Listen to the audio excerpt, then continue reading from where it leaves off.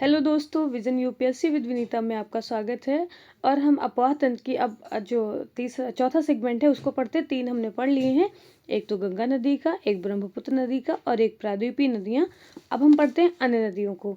तो यहाँ पे कुछ नोट्स पॉइंट है, उनको पढ़ लेते हैं। सतलज नदी का उद्गम स्थल जो है तिब्बत में कैलाश पर्वत और मानसरोवर झील के निकट स्थित राक्षसताल झील है। यह उत्तर पश्चिम दिशा में बहते हुए सिपकिला के पास हिमाचल प्रदेश में राज्य में प्रवेश करती है। तो सा से सतलज, सा से सिपकिला, है ना। तो ये यहाँ से प्रवेश करती है कहाँ पे? हिमाचल में।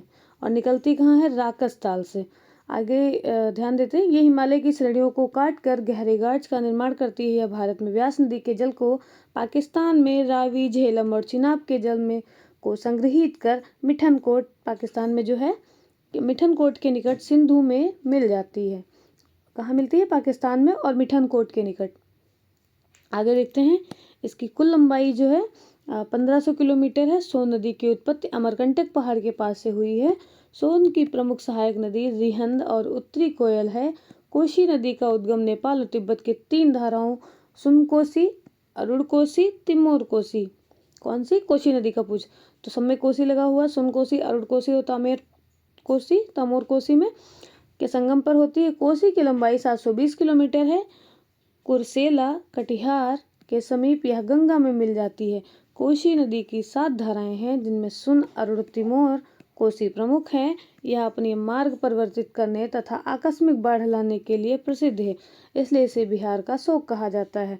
दामोदर का उद्गम, दामोदर कितना छोटा था, हमने ट्रिक बताई थी, तो छोटा था क्योंकि ये झांसी की रानी का बेटा है, तो छोटा सा था। पीछे बांधी आपने देखा होगा, तो वहां से याद कर लेते। छोटा था तो छोटा नागपुर के पठार से यह निकलती है।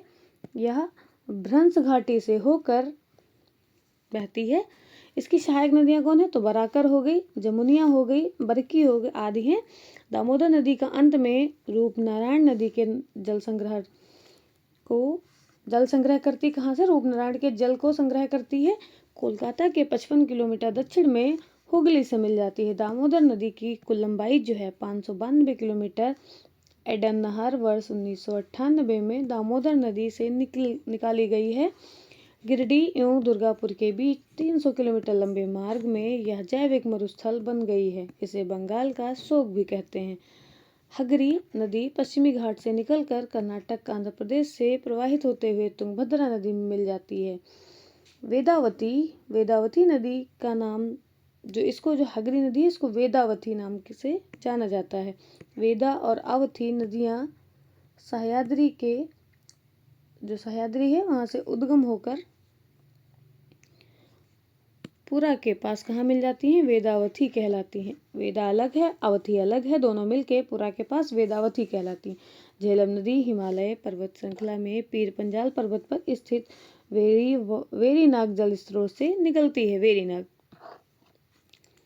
यह नदी उत्तर पश्चिम दिशा में बहती है और वहां बहती हुई वुलर झील में मिलती है। श्रीनगर शहर झेलम नदी के किनारे बसा हुआ है। झेलम और रावी, आगे हम पढ़ेंगे भी कि नदियों के सहारे बसे नगर कौन से हैं। झेलम और रावी पाकिस्तान में चिनाब नदी में मिल जाते हैं। भारत में हिमाचल प्रदेश राज्य के लाहौल घाटी में चंद्रा और भागा नदियाँ प्रवाहित होती हैं। चंद्रा नदी का उद्गम चंद्रताल के निकट एक ग्लेशियर से होता है, जबकि भागा नदी का उद्गम बारालाचाला के निकट से है। तंडी के निकट चंद्रा एवं भागा का संगम होता है। यह चंद्रभागा नदी चिनाब नदी कहलाती है, यानी कि चा से चिनाब, चा से चंद्रभागा, यानी कि ये जो चंद्रा और भागा हैं इनको मिलके जो बनी है। झेलम की सहायक नदी किशनगंगा है, जिसे पाकिस्तान में नीलम कहा जाता है ना। झेलम नीलम कहा जाता है। लूनी नदी अजमेर के दक्षिण पश्चिम में अरावली श्रेणी से निकलती है। 511 किलोमीटर तक प्रवाहित होने के पश्चात यह कच्छ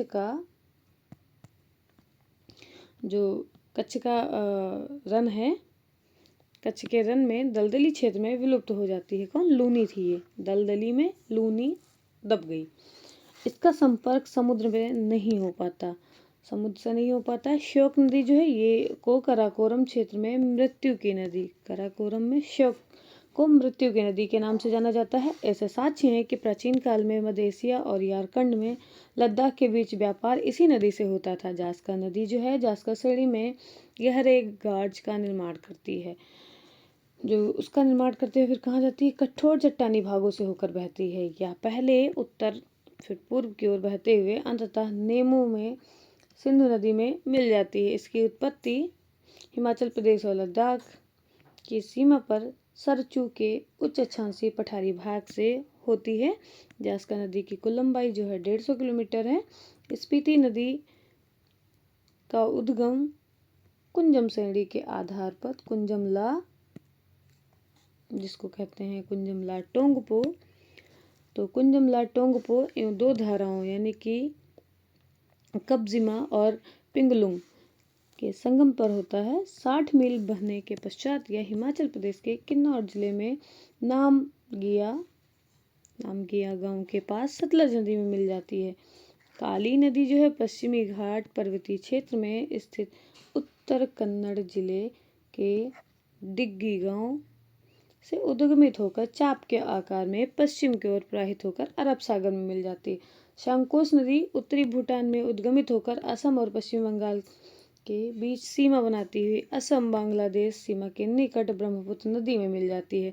माही नदी मध्य प्रदेश से उद्गमित होकर खांडू के निकट राजस्थान यानी बांसवाड़ा, जो राजस्थान का बांसवाड़ा वाला क्षेत्र है, बांसवाड़ा जिला है, बांसवाड़ा जिले में प्रवेश करती है। यह नदी नरबाली तक बहने के पश्चात दक्षिण पश्चिम दिशा की ओर गुजरात में प्रवाहित होती हुई खंभात की खाड़ी में गिरती है।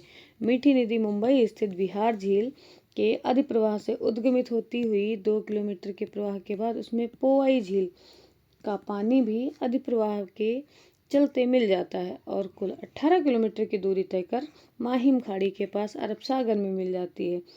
तेल नदी महानदी की एक प्रमुख सहायक नदी है। कापिली या कपोली या कोपिली नदी जो है वो ब्रह्मपुत्र नदी की सहायक नदी है। कामरूप नगर इसी नदी पर अवस्थित है। आगे देखते हैं, एक चार्ट दिया हुआ, इसमें क्या है, नदी है, उनका उद्गम है और उनका संगम कहाँ होता है ये देखना है।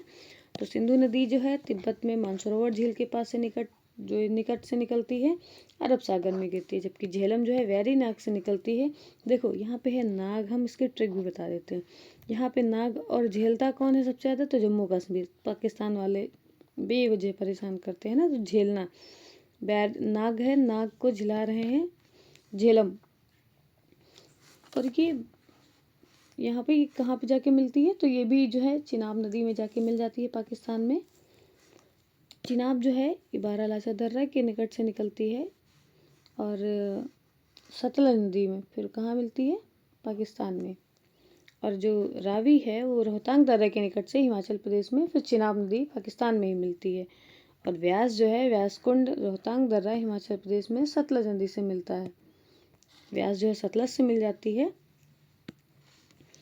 सतलज जो है राकस्थाल से निकलती है, तिब्बत में सिंधु नदी से जाके मिलती है सीधा। तो ये क्वेश्चन यूपीएससी में आ चुका है कि सिंधु से सीधे मिलने वाली इन 5 नदियों में कौन सी हैं। तो लूनी जो है वो अरावली श्रेणी में निकलती है और कच्छ के रण में विलुप्त हो जाती है। माही जो है मध्य प्रदेश से निकलती है और खंभात की खाड़ी में विलुप्त हो जाती है। आगे देखते हैं, यहाँ पे कुछ और 2 नदियाँ दी हुई हैं। तो एक उनकी सहायक नदियों की बात की गई है। तो जो नदी है इसका नाम है सिंधु। तो इसकी सहायक नदियाँ देख लेते हैं, झेलम, चिनाब, रावी, व्यास, सतलज, 5 ये हो गई। फिर जास्कर, श्योक, नुब्रा, गिलगित, हुंजा और काबुल, ये नदियाँ हैं। इनको हम जो है इनकी जो सहायक नदियाँ हैं इनको शॉर्ट ट्रिक वीडियो में हम आपको ट्रिक से याद करा देंगे। झेलम की जो सहायक है जो सबसे ज़्यादा, तो किशन गंगा जो है झेलम की सहायक है और सतलज जो है इसकी सहायक नदी जो स्पीति है। आगे बढ़ते हैं, हम क्वेश्चन नंबर 1 देखते हैं। निम्नलिखित तुलना के आधार पर हिमालयी नदी की प्रायद्वीपीय नदी से तुलना करें। तो हिमालयी नदी का जो है प्रायद्वीपीय नदी से तुलना करेंगे। तो जो अधिकांश हिमालयी नदियां हैं बारहमासी हैं, जबकि अधिकांश प्रायद्वीपीय नदियां वर्षा पर निर्भर हैं। ये पहला ऑप्शन हो गया। दूसरा ऑप्शन देखते हैं। तो जो हिमालयी नदी की ढाल प्रायद्वीपीय नदी की ढाल की तुलना में अधिक खड़ी है। तो ये जो है पहला भी जो सही है। यहाँ पे तो खैर ये आप देखे ही होंगे कि अधिकांश नदियाँ जो बारहमासी हिमालय से निकलने वाली, चाहे वो गंगा हो, चाहे राम गंगा हो, ये आसपास, या फिर ब्रह्मपुत्र हो, या फिर सिंधु हो, दूसरी है कि हिमालय नदी की ढाल प्रायद्वीपीय नदी की तुलना में अधिक खड़ा है। तो आप जानेंगे ऊंचाई से है, क्योंकि इसकी ऊंचाई ज़्यादा है, जबकि प्रायद्वीपीय जो नदियाँ हैं उनकी ऊंचाई कम ऊंचाइयों से निकलती है, इसलिए उनकी ढाल जो है वो तीव्र है। तो दूसरा भी सही होगा। प्रायद्वीपीय नदी जो है हिमालय नदी की तुलना में अपने रास्ते अधिक क्षरण का कारण बनती नहीं, क्योंकि प्रायद्वीपीय नदियाँ ठोस चट्टानों पर बहती हैं, तो ये क्षरण नहीं करती, इसलिए तीसरा गलत हो गया। ऑप्शन 1, 2 सही है, ऑप्शन ए सही है। आगे देखते हैं। ये हमने आपको बता ही दिया है, तो इसको नहीं पढ़ते, आगे देखते। क्वेश्चन नंबर 2 क्या कह रहा है कि जो सिंधु नदी है प्रणाली के संदर्भ में निम्नलिखित 4 नदियों में से 3 नदियां इनमें से किसी एक नदी से मिलती हैं जो सीधे सिंधु नदी में मिलती है। निम्नलिखित में से कौन सी है जो सीधे सिंधु नदी में मिलती? तो आपको हमने बताया था सतलज जो है वो सीधा सिंधु में मिलती है। जो रावी झेलम नदी चिनाब से मिलती है, चिनाब सतलज से मिलती है, तत्पश्चात सतलज सिंधु से मिलती है। अगला क्वेश्चन देखते हैं। भारत में चंद्रा और भागा नदियाँ किस क्षेत्र में बहती हैं? तो आपको पता है लाहौल में बहती हैं चंद्रा और भागा, है ना, और इसलिए ऑप्शन सी जो है इसका सही ऑप्शन है। इसका एक बार हम एक्सप्लेन देख लेते हैं। भारत में हिमाचल प्रदेश राज्य में लाहौल घाटी में चंद्रा और भागा नदियाँ प्रवाहित होती हैं। चंद्रा नदी का उद्गम चंद्रताल के निकट ग्लेशियर से होता है, जबकि भागा नदी का उद्गम बारालाचा के निकट होता है। टंडी के निकट चंद्रा और भागा का संगम होता है, इसे चंद्रभागा या चिनाब नदी कहते हैं। चा से चंद्रभागा, चा से चिनाब कॉमन और बड़ा आसान भी है। अगला देखते हैं। भारत की निम्नलिखित नदियों में से कौन हिमालय की सभी श्रेणियों को, जो सभी श्रेणियां हैं, को काटती है? तो आपको पता होगा हिमालय की सभी श्रेणियों को जो है सतलज नदी काटती है। ऑप्शन बी सही है, सतलज नदी हिमालय की श्रेणियों को काटकर गहरे गाज का निर्माण करती है। यह नदी हिमालय पार, जो हिमालय पार से आएगी वही तो सभी श्रेणियों को काटेगी, तो ये हिमालय पार है, सतलज है, ध्यान रखिएगा। अगला क्वेश्चन है। निम्नलिखित में से कौन एक नदी हिमालय पार नदी है? आपको पता है सतलज हिमालय पार से आती है, ऑप्शन बी सही है। अगला क्वेश्चन। निम्नलिखित में से कौन सी नदी सतलज नदी की सहायक नदी नहीं है? तो आपको पता है रावी जो है वो हमने नहीं पढ़ा है, बल्कि बाकी सबको पढ़ा है, चिनाब को भी पढ़ा है। रावी चिनाब की सहायक और सतलज की उप सहायक नदी है। बांसपा, स्पीति और व्यास सतलज की सहायक नदियां हैं। तो यहाँ पे जो सतलज की हैं, इन्होंने पूछा सतलज की सहायक नदी नहीं है, तो रावी नहीं है, ये चिनाब की है, और चिनाब जो है वो सतलज में जाके मिलती है, इसलिए उप सहायक हो गई, है ना। क्वेश्चन नंबर 7 क्या कह रहा है? दूध गंगा नदी निम्न में से किस में अवस्थित है? तो दूध गंगा जो है ए और सी दोनों में है, मतलब जम्मू कश्मीर और उत्तराखंड दोनों में है। तो देख लेते हैं इसका एक बार एक्सप्लेन क्या है। दूध गंगा नदी नामक नदियाँ जम्मू कश्मीर के अतिरिक्त उत्तराखंड के महाराष्ट्र में भी प्रवाहित होती हैं। सोचिए 3 जगह, उत्तराखंड, महाराष्ट्र और जम्मू कश्मीर में प्रवाहित होती है। अतः इस प्रश्न का उत्तर ए और सी दोनों सही होगा, परंतु उत्तर प्रदेश लोक सेवा आयोग ने इसमें विकल्प ए को सही माना, सिर्फ जम्मू कश्मीर को माना। आगे देखते हैं। क्वेश्चन नंबर 8 क्या कह रहा है कि निम्नलिखित में से कौन सी नदियाँ बंगाल की खाड़ी में गिरती हैं? तो गंगा, ब्रह्मपुत्र और गोदावरी। दूसरा है महानदी कृष्णा और कावेरी। आगे देखते हैं। लूनी, नर्मदा और ताप्ती, ए व बी दोनों। तो ए व बी आपने देखा था, जिसमें ए में क्या पार्ट दिया हुआ है? तो गंगा, ब्रह्मपुत्र, गोदावरी आपने देखा ही है, ये तीनों गिरती हैं। और इसके बाद जो हमने जब गंगा नदी सिस्टम पढ़ा था अपोह तंत्र और ब्रह्मपुत्र और अपोह तंत्र तो देखा था, और इवन जब हमने प्रायद्वीपीय भारत के अपोह तंत्र पढ़ा था तो उसमें गोदावरी को भी देखा था कि बे ऑफ बंगाल में गिरती। महानदी कृष्णा और कावेरी भी बे ऑफ बंगाल में गिरती हैं, इसलिए ऑप्शन ए और बी दोनों सही हैं। गंगा, ब्रह्मपुत्र, गोदावरी, महानदी कृष्णा, कावेरी, पेन्नार, स्वर्णरेखा, ब्राह्मणी और बंगाल की खाड़ी में गिरने वाली प्रमुख नदियां हैं। हम इन नदियों के समराइज को 1 मिनट शॉर्ट ट्रिक में आपको ट्रिक के साथ बताएंगे, जो भी बंगाल की खाड़ी में गिरती हैं और जो भी अरब की खाड़ी में गिरती हैं। अगला क्वेश्चन है निम्नलिखित में से कौन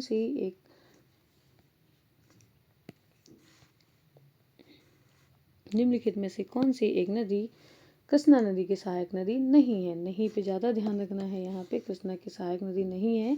तेल, क्योंकि तेल हमने पढ़ा है कि तेल नदी कृष्णा की सहायक नदी नहीं है। कृष्णा की प्रमुख सहायक नदियाँ कौन सी हैं? कोयना, यरला, डीना, वर्णा, पंचगंगा, घाट प्रभा, भीमा, तुंगभद्रा आदि। तेल नदी महानदी की है ना, एक प्रमुख सहायक नदी है। आगे देखते हैं। हगरी सहायक नदी है, तो हगरी आपको पता है तुंगभद्रा की, इसलिए ऑप्शन डी सही है। हगरी नदी पश्चिमी घाट से निकलकर कर्नाटक आंध्र प्रदेश से प्रवाहित होकर तुंगभद्रा नदी में मिल जाती है। अगला क्वेश्चन है, निम्नलिखित नदियों पर ध्यान दीजिए। उनका कहना है कि किशन गंगा, गंगा, वेन गंगा, पेन गंगा, ये जो है उत्तर दक्षिण दिशा के आधार पर क्रम स्थापना करना है। तो उत्तर से दक्षिण तो आपको पता है सबसे पहले कि हमने किशन गंगा कहाँ देखी थी, फिर उसके बाद जो है ये गंगा, फिर उसके बाद जो है वेन गंगा, इसके बाद जो है पेन गंगा, यानी कि 1 2 3 4, ऑप्शन ए सही है। आगे देखते हैं, किशन गंगा, गंगा, पेन गंगा, वेन गंगा, ये तो नदी का नाम मतलब सीक्वेंस दिया हुआ, आप एक बार इसको मैप में देख लेंगे तो आपका और क्लियर हो जाएगा। अगला क्वेश्चन है कि हिमाचल प्रदेश से होकर बहने वाली नदियाँ कौन सी हैं, तो आपको पता है हिमाचल प्रदेश जो है व्यास, चिनाब, रावी, सतलज और यमुना हिमाचल प्रदेश से होकर बहती है। ऑप्शन डी जो है सही है। यमुना का ध्यान रखिएगा, हिमाचल प्रदेश से होकर यानी कि मुड़ के बहती है। अगला क्वेश्चन है, इसमें एक चित्र दिया हुआ है, चित्र में 1 2 3 4 अंकित पॉइंट है, आपको बताना है ये अंकित नदियाँ क्रमशः कौन सी हैं। तो ये एक इधर है, 2 इधर है, 3 4 ऐसे देखते हैं। तो हम आगे इसको बढ़ा के इन नदियों के नाम को देखते हैं। तो 1 नंबर पे इन्होंने कोसी दे रखी है, तो और 2 नंबर पे गोमती, 3 नंबर पे घाघरा, 4 नंबर पे गंडक। तो दूसरा है ये 1 नंबर पे कोसी, फिर गंगा, फिर गोमती, फिर घाघरा, आगे है गंडक, फिर पहली गंडक। तो ये तो गंगा, गोमती और घाघरा। हमने 1 मिनट शॉर्ट ट्रैक में इन नदियों के अपवाह तंत्र को या सीक्वेंस को जो है देखा है, तो आप वहाँ से जाके देख सकते हैं 1 मिनट शॉर्ट ट्रिक में गंगा नदी अपवाह तंत्र में। उसमें शॉर्ट ट्रिक में ट्रिक भी है, तो आप वहाँ से बड़ी आसानी से याद कर सकते हैं, इसलिए ऑप्शन इसका ए जो है वो सही है। कोसी, गोमती, घाघरा और गंडक, तो ये हो गई कोसी बिहार वाली। इसे वहाँ पे जो है राम की मती है कि घाघरा गंदा है, मौसी मारेगी कोसी, तो ये हो गई लाइन, वो हमने 1 मिनट शॉर्ट ट्रिक में कवर किया है, प्लीज़ आप वहाँ से देख सकते हैं। आगे देखते हैं क्वेश्चन नंबर 14 क्या कह रहा है। सूची 1 दी हुई है और सूची 2 है, तो यहाँ पे द्वाब बने हुए हैं, यहाँ नदियाँ हैं। तो द्वाब में कौन कौन सा द्वाब कैसे कैसे कौन कौन सी नदी पे है, तो रावी और चिनाब के मध्य कौन सा है, और रावी और व्यास के मध्य कौन सा है, व्यास और सतलज के मध्य कौन सा है, चिनाब और झेलम के मध्य कौन सा है। तो देखिए यहाँ पे कुछ वो नहीं है, आपको बहुत आसानी से याद हो जाएगा। देखिए रचना है ना, तो रचना जो है देखिए बिस्ट है, तो बी से बिस्ट, बी और एस, तो ये हो गया बिस्ट, ब्यास और सतलज बिस्ट द्वाब हो गया। और बारी है ना, तो बारी, ब और री, बारी है ना, ब्यास और रावी के बीच बारी द्वाब। और रचना में क्या हो गया, रावी और चिनाब है ना, र और ची, रवि, रावी और चिनाब। और ये हो गया चाज। तो अब एक बचा हुआ हमारा ज, च, झ, तो चाझ में है चिनाब और झेलम है ना, तो इसलिए ऑप्शन जो है हमारा ए सही है। आगे देखते हैं, विष्ट द्वाब जो है आपको पता है, बिस्ट, बा, री, बा और री, रचना में रावी और चिनाब, च, झ, ज की जगह आप झ भी लिख सकते हैं समझने के लिए, तो चिनाब और झेलम के मध्य है ना। आगे देखते हैं हम, तो ये क्वेश्चन नंबर 15 है। आगे इसमें जो है दामोदर, कोयल और स्वर्णरेखा नदियाँ निम्नलिखित में से किससे निकलती हैं, तो हमें पता है छोटा नागपुर से दामोदर छोटा था, तो जब ये छोटा नागपुर से निकलेगी तो कोयल और स्वर्णरेखा भी वहीं से निकलती है, इसलिए ऑप्शन सी जो है वो सही उत्तर है। आगे देखते हैं 16 नंबर क्वेश्चन क्या कह रहा है। निम्नलिखित नहरों में से किसे दामोदर नदी से निकाला गया है, तो जो दामोदर नदी है वहाँ से एडन नदी निकलती है, इसलिए ऑप्शन बी सही है। 1938 में दामोदर नदी निकाली गई थी, यह 65 किलोमीटर लंबी और लगभग 10,000 हेक्टेयर भूमि को सींचती है। एडन नदी जो है कहाँ से निकाली गई थी, 1938 में दामोदर नदी से निकाली गई थी। अगला क्वेश्चन है क्वेश्चन नंबर 17, निम्नलिखित में से नदियों में से कौन सी दामोदर नदी की सहायक नहीं है। नहीं पे ज़्यादा ध्यान देना है।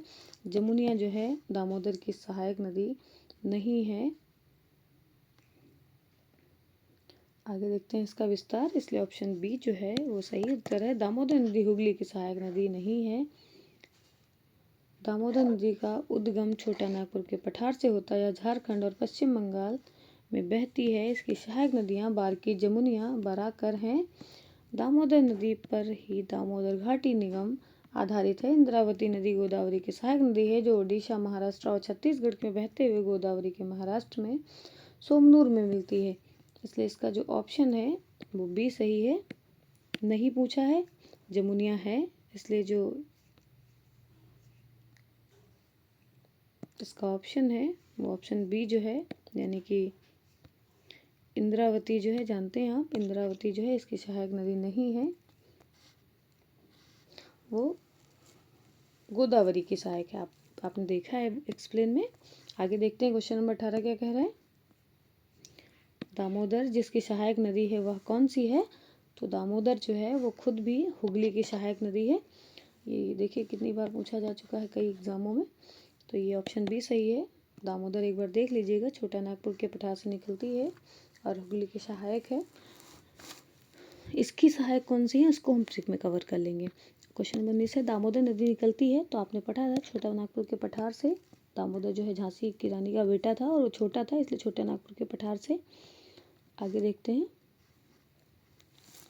रजरप्पा किन नदियों के संगम पर अवस्थित है? तो जो रजरप्पा है वो दामोदर और भेरा नदी के संगम पर अवस्थित। ऑप्शन ए सही है।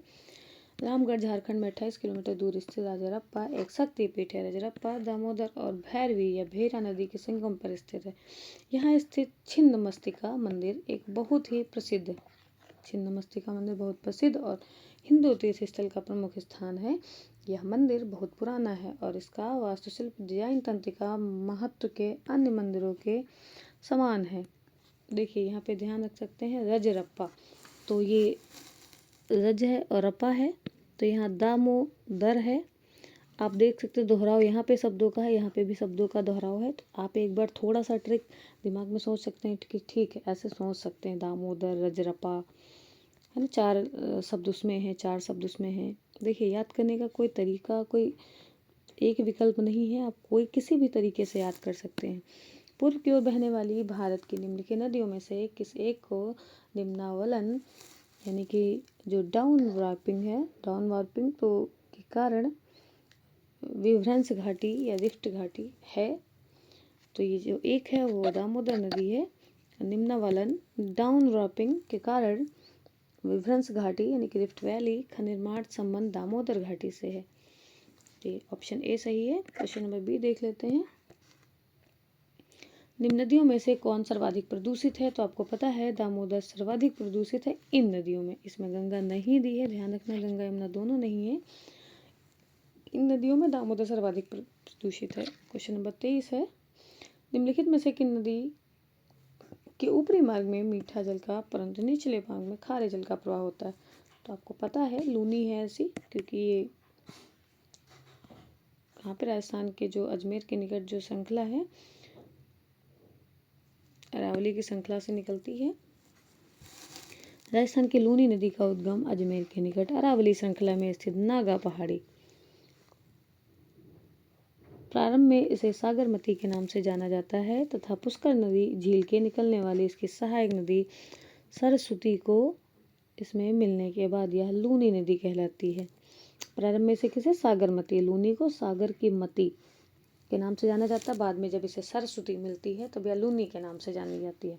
अपने प्रवाह मार्ग में ऊपरी भाग मिलकर 100 किलोमीटर तक इससे मीठा जल पाया जाता है, परंतु बाड़मेर के बलोतरा के पहुंचकर इसका जल जो है लवड़ी व खारा हो जाता है, जो कि यहाँ इसके प्रवाह मार्ग की सतह के लवण समृद्ध होने के कारण होता है। यह नदी दक्षिण पश्चिम दिशा में बहती हुई कच्छ के रन में विलीन हो जाती है। इस प्रकार यह भूमि बंधित नदी है। जल के खारेपन के कारण इसका नाम लूनी, राजस्थान की लूणी नाम पड़ा। यह संस्कृत शब्द लवड़ता या लवड़ावती यानी कि साल्ट रिवर से व्युत्पन्न है। आगे देखते हैं, क्वेश्चन नंबर 24 क्या कह रहा है, निम्नलिखित में कौन भूमिबंधित नदी है? तो आपको पता है लूनी हमने देखा था भूमिबंधित है और ये 100 किलोमीटर तक मीठी है फिर खारी है, और ये जो है अरावली से निकलती है। आगे देखते हैं, लूनी नदी संदर्भ में निम्नलिखित कथनों पर कौन सा एक सही है? तो यह बहकर खंभात की खाड़ी में जा मिलती है, गलत है। ये कच्छ की खाड़ी में जा मिलती है, ये भी गलत है क्योंकि ये कहीं जाके नहीं मिलती है, गायब हो जाती है उसमें मरुस्थल में। या पाकिस्तान में बहते हुए सिंधु की एक सहायक नदी में विलीन हो जाती है, ये भी गलत है। या कच्छ के रण में दलदली भूमि में लुप्त हो जाती है, ये सही है। ये जो है आगे मरुस्थल से निकल के कच्छ के रण में जो है वो खो जाती है दलदली में। क्वेश्चन नंबर 26, अंतःस्थलीय प्रवाह नदी का उदाहरण है? तो अंतःस्थलीय जो है वो घग्घर नदियां हैं। ये अपोहा नदी का उदाहरण है घग्घर, हमने पढ़ा था कि गंगा से जाकर मिलती है घग्घर, नहीं माफ़ करिएगा वो घग्घरा है, ये है घग्घर, ये राजस्थान वाली है।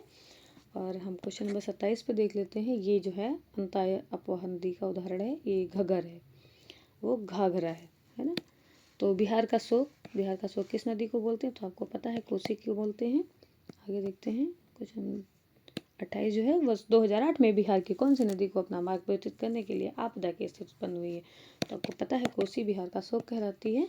2008 में से बिहार की कोसी नदी ने अपना मार्ग बदलकर जो है बाढ़ का स्वरूप दिखाया था। आगे देखते हैं, निम्नलिखित नदियों में सबसे अधिक नदी पथ परिवर्तन किया है? तो किसने किया है? कोसी नदी ने सबसे अधिक परिवर्तन किया है। पहले यह ब्रह्मपुत्रा की सहायक थी, फिर बाद में ये गंगा की सहायक बन गई।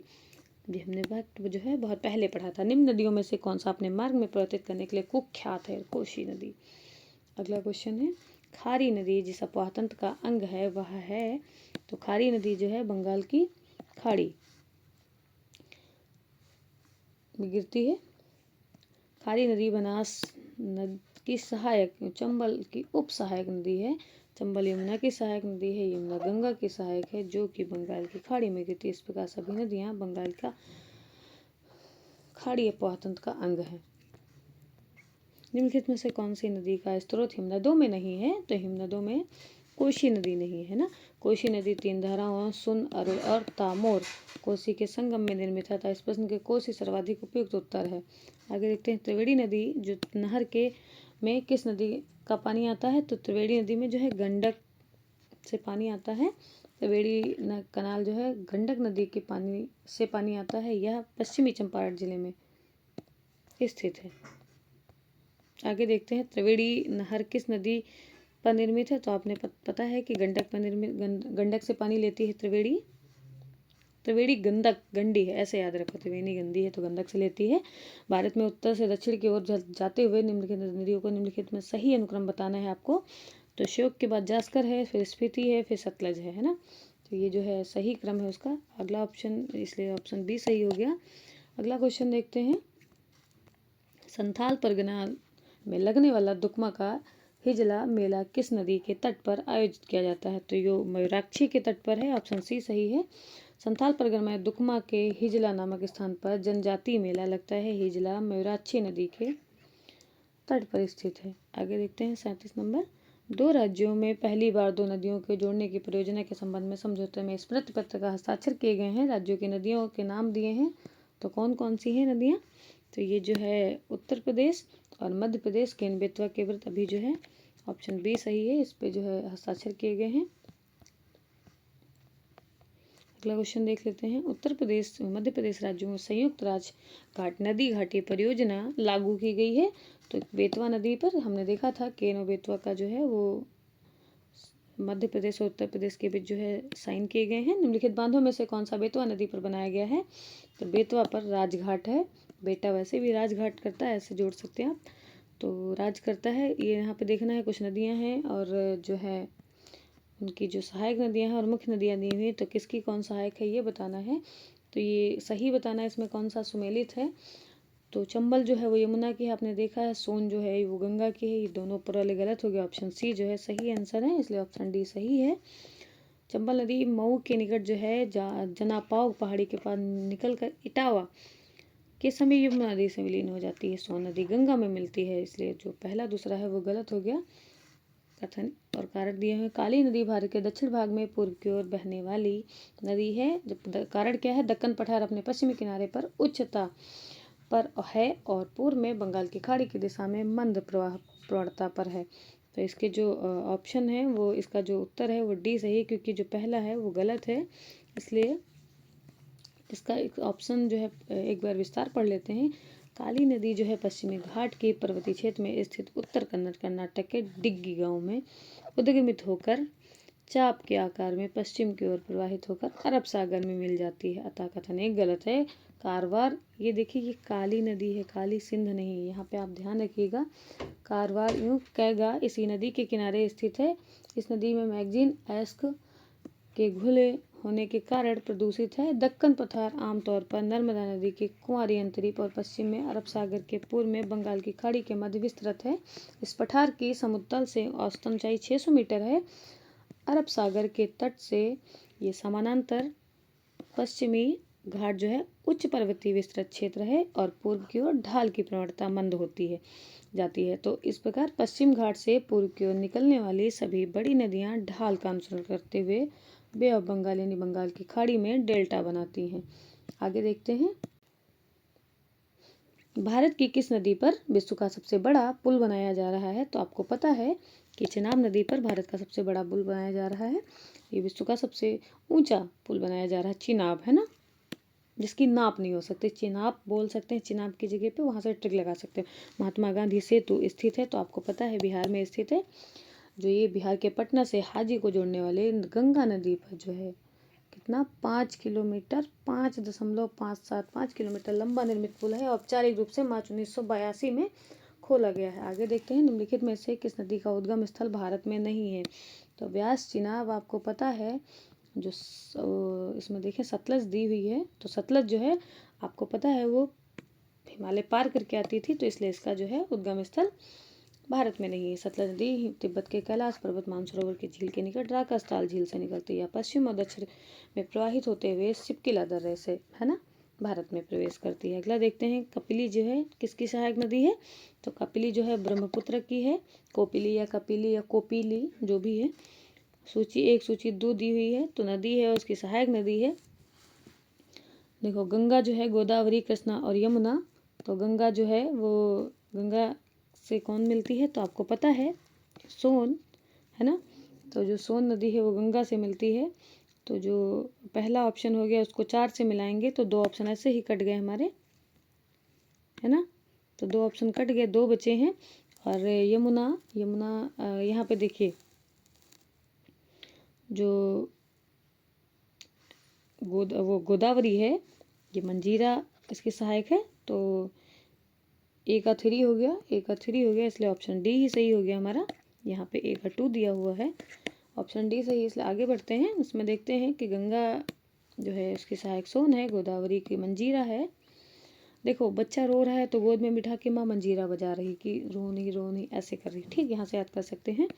कृष्णा जो है, देखिए कृष्णा और भीमा और यमुना, हमने वहाँ पे एक ट्रिक पढ़ी थी, कंबल सीधा कर बेटा केन, ये यमुना की सहायक नदी है जो हमने 1 मिनट शॉर्ट ट्रिक में कवर किया है।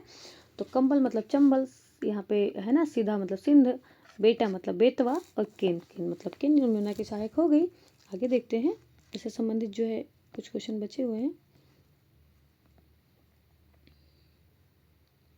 क्वेश्चन नंबर 47 है, सूची 1 दी है, सूची 2 दी है, नदियां हैं उनकी सहायक नदियां दी हुई हैं। तो जो कृष्णा नदी है ये जो है इसकी सहायक अभी हमने पढ़ा था भीमा है ना, और यमुना की जो है वो चंबल हमने पढ़ा था, कंबल सीधा कर बेटा केन है ना, और जो ये गोदावरी है इंद्रावती, इसकी सहायक होगी ब्रह्मपुत्र हो गई तीस्ता की।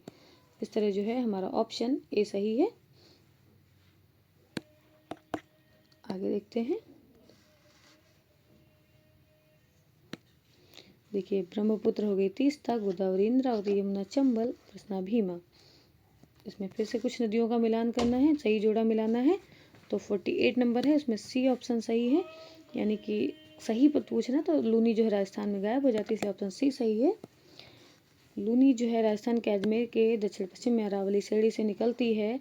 511 किलोमीटर तक प्रवाहित होने के पश्चात यह कच्छ के रण में विलुप्त हो जाती है तथा इसका समुद्र के संपर्क नहीं हो पाता है। कच्छ के रण में चली जाती है। इंद्रावती झारखंड में नहीं प्रवाहित होती है। भीमा नदी दक्षिण भारत की प्रमुख नदी है।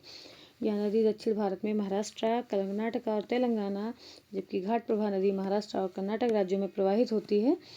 क्वेश्चन नंबर 49 देख लेते हैं। निम्नलिखित नदियों में से कौन सा अध्यारोपित नदी का उदाहरण है? तो इसमें अलकनंदा दी है, कोसी दी है। इसके अन्य ऑप्शंस में जो है चंबल और गोदावरी है। तो चंबल जो है अध्यारोपित नदी का उदाहरण है। पूर्ववर्ती नदियों के समान ही पूर्वारोपित अध्यारोपित नदियां अपने प्रवाह स्थल की संरचना के साथ समायोजित नहीं होती, अर्थात वह स्थल खंड के ढाल का अनुसरण नहीं करती। भारत में चंबल और सोन नदियां इसका अच्छा उदाहरण है। आगे देखते हैं, संकोच नदी किसकी सीमा बनाती है? तो संकोच नदी असम जो है, असम और पश्चिम बंगाल के बीच संकोच नदी सीमा बनाती है। और क्वेश्चन नंबर अगला है, निम्नलिखित में से कौन नदी मध्य प्रदेश से निकलती है तथा खंभात की खाड़ी में गिरती है? तो आपको पता है माही जो है मध्य प्रदेश से निकलती है और खंभात की खाड़ी में गिरती है। अगला क्वेश्चन है, किशनगंगा सहायक नदी है। तो आपको पता है किशनगंगा जो है झेलम की सहायक नदी है, इसलिए ऑप्शन सी सही है। मुंबई की मीठी नदी निम्नलिखित में से किस झील से निकलती है?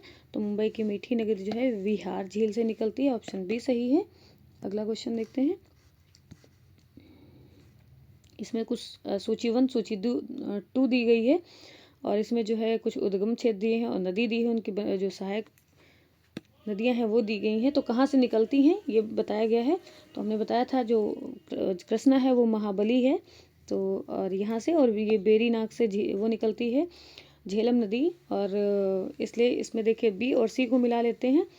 तो बी का बी से होगा और सी का सी से, यानी कि ऑप्शन जो है बी सही हो गया। ब्रह्मगिरी कावेरी से और छोटा नागपुर सर देखा।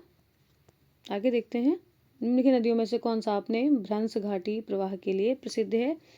तो आपको पता है दामोदर जो है भ्रंश घाटी प्रवाह के लिए गार्ड बना के निकलती है आपको, इसलिए जो है वो भ्रंश घाटी प्रवाह के लिए प्रसिद्ध है। झारखंड राज्य में छोटा नागपुर पठार खर से निकलती है। दामोदर छोटा है तो छोटा नागपुर पठार से निकलती है और खमरपा पहाड़ी से निकलती हुई ये हजारीबाग पठारी तथा रांची पठार के मध्य प्रवाहित होते हुए एक भ्रंश का निर्माण करती है।